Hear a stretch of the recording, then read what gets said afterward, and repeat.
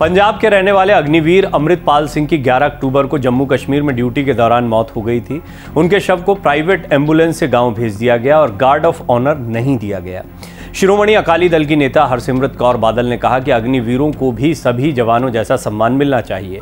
वहीं महाराष्ट्र के रहने वाले अग्निवीर अक्षय लक्ष्मण गावटे की 22 अक्टूबर को सियाचिन में ड्यूटी के दौरान शहादत हुई। कांग्रेस नेता राहुल गांधी ने कहा कि एक युवा देश के लिए शहीद हो गया। सेवा के समय न ग्रेच्युटी, न अन्य सैन्य सुविधाएं और शहादत में परिवार को पेंशन तक नहीं। अग्निवीर भारत के वीरों के अपमान की योजना है।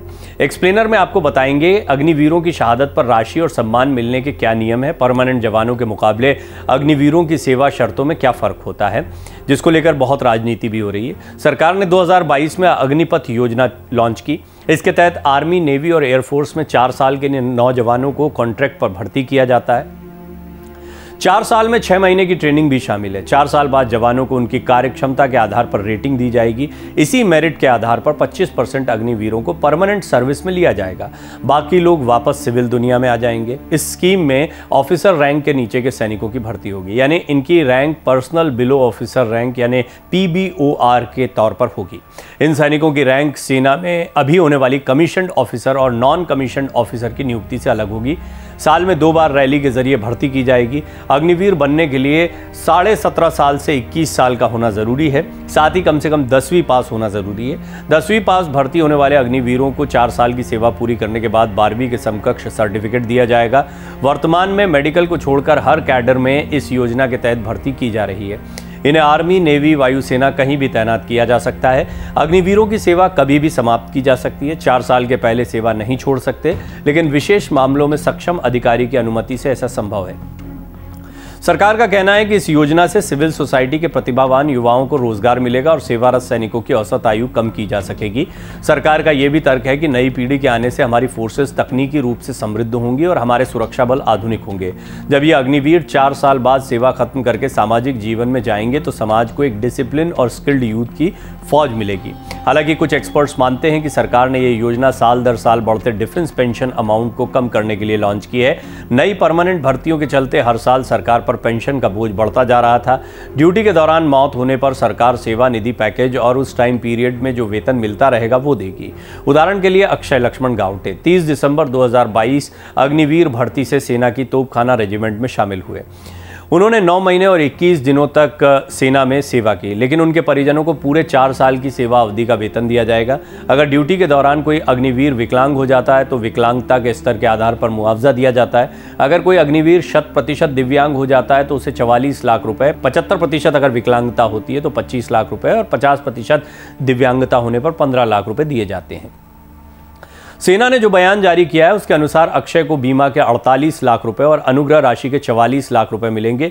इसके अलावा सेवा निधि ने 30% की राशि भी मिलेगी। जो 4 साल की नौकरी थी उसका वेतन भी दिया जाएगा, जो 13 लाख से ज्यादा की राशि होगी। वहीं सशस्त्र बल युद्ध हताहत कोष से शहीद जवान को 8 लाख रुपए, आर्मी वाइव्स वेलफेयर एसोसिएशन की ओर से 30,000 रुपए की राशि दी जाएगी। इस तरह सब मिलाकर कुल 1 करोड़ 13 लाख रुपए के आसपास की राशि हो जाएगी। 23 अक्टूबर को महाराष्ट्र के बुल्ढाना जिले के पिंपल गांव सराय में अक्षय का राजकीय सम्मान के साथ अंतिम संस्कार किया गया। इससे पहले उनकी unit fire and fury corps ने अक्षय को सैन्य सम्मान के साथ विदाई दी थी। 10 दिन पहले पंजाब के अग्निवीर अमृतपाल सिंह के अंतिम संस्कार के समय गार्ड ऑफ ऑनर नहीं दिए जाने को लेकर काफी बवाल हुआ था। अब एक दूसरा पहलू, भारतीय सेना ने रविवार 15 अक्टूबर को बयान जारी किया था कि अग्निवीर अमृतपाल ने सुसाइड की थी, इसलिए नियमों के मुताबिक उसे गार्ड ऑफ ऑनर नहीं दिया गया। खुद को पहुंचाई गई चोटों से होने वाली मौत के मामले में यह सम्मान नहीं दिया जाता है। सेना ने कहा कि वो अपने सैनिकों में इस आधार पर भेदभाव नहीं करती कि वो अग्निपथ योजना से पहले या बाद में सेना में शामिल हुए थे। अब आपको बताते परमानेंट जवान और अग्निवीर को मिलने वाली सुविधाओं में फर्क क्या है। दोनों में सबसे बड़ा फर्क पेंशन का है। रिटायरमेंट के बाद परमानेंट सैनिक को हर महीने सेना की ओर से पेंशन मिलती है। वहीं 4 साल तक सेवा देने के बाद अग्निवीर को कुछ नहीं मिलेगा। हाँ, इतना जरूर होगा कि 25% अग्निवीर सेना में परमानेंट जॉब के लिए क्वालिफाइड होंगे, जिन्हें बाद में सारे बेनिफिट्स मिलेंगे। युद्ध में हताहत होने की स्थिति में एक नियमित सैनिक के परिवार को उदारीकृत पारिवारिक पेंशन मिलती है, जो ताउम्र मिलने वाली सैलरी के बराबर होती है। इस अमाउंट पर कोई इनकम टैक्स नहीं लगता, जबकि अग्निवीर का परिवार केवल 48 लाख रुपए की गैर अंशदायी बीमा राशि के लिए पात्र है। परमानेंट सैनिक को प्रतिवर्ष सेवा के लिए 15 दिन की ग्रेच्युटी मिलती है और 50 लाख का बीमा होता है। अगर कोई परमानेंट सैनिक किसी ऑपरेशन के दौरान विकलांग हो जाता है तो उसके ग्रेजुएशन लेवल तक के बच्चों को शिक्षा भत्ता दिया जाता है। अग्निवीरों को ऐसा कोई बेनिफिट नहीं मिलता है। आर्मी में एक सैनिक की शुरुआती सैलरी 40,000 रुपये प्रतिमाह होती है, जबकि अग्निवीरों को 30,000 रुपये प्रतिमाह दिए जाते हैं। अगर अग्निवीर ड्यूटी के दौरान विकलांग होता है तो उसे विकलांगता के स्तर के आधार पर मुआवजा राशि और 4 साल में जितनी नौकरी बची है उसके आधार पर राशि का भुगतान होता है। वहीं परमानेंट सैनिक को पात्रता के आधार पर पेंशन और कई तरह के लाभ मिलते हैं। सेना के शहीदों की पत्नियों या परिजनों के लिए पुनर्वास महानिदेशालय कई योजनाएं चलाता है। उन्हें पेट्रोल पंप का आवंटन होता है। शहीद के परिजन को LPG गैस एजेंसी लेने पर भी छूट मिलती है, लेकिन अग्निवीरों को ऐसी कोई योजना का लाभ नहीं मिलता। कुछ फ़र्क हैं, लेकिन इसके बावजूद बहुत सारे मौके भी अग्निवीर की ये जो स्कीम है वो देती है, क्योंकि सभी के सभी तो सेना में नहीं जा सकते, लेकिन सेना में जाने का कई लोगों का मन होता है, कई लोगों के अंदर वो जीवटता होती है, तो वो खुद को साबित भी कर सकते हैं। तो कुल मिलाकर अग्निवीर योजना को लेकर तमाम किस्म की राजनीति हो रही है।